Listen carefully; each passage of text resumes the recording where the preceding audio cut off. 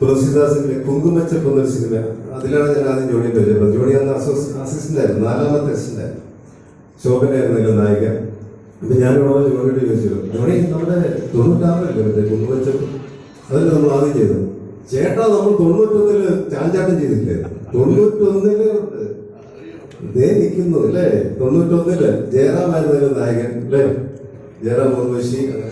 ഞാനൊരു supporting role. ഞാനൊക്കെ സീനിയറൊന്നും അല്ല, ഞാൻ എൻ്റെ 5ാമത്തെ സിനിമയാണ്, അത്രയായിട്ടുള്ളൂ. അല്ല, അപ്പൊ 91, 90 കാലഘട്ടത്തിൽ ഞാൻ എത്തിയത്. അപ്പൊ അങ്ങനെയൊക്കെയുള്ള ഒരുപാട് പരിചിത മുഖങ്ങൾ, എന്റെ പ്രിയപ്പെട്ടവരുടെ മുഖങ്ങൾ ഒരുപാട് നാളെ കാണാൻ സാധിച്ചു. ധരിക്കുന്നത് എന്റെ പ്രിയപ്പെട്ട പ്രൊഡ്യൂസർ ഡിസ്ട്രിക്ട് ഞങ്ങൾ ഒരുപാട് വർക്ക് ചെയ്തിട്ടുണ്ട് അല്ലേ? അജിത്തിനോട് അറിയില്ല ചെയ്യണം കേട്ടോ. അപ്പൊ അങ്ങനെ ഒരു നല്ല മികച്ച നല്ല സന്തോഷമുള്ള ഒരു സായാഹ്നത്തിൽ പങ്കെടുക്കാൻ സാധിച്ചു.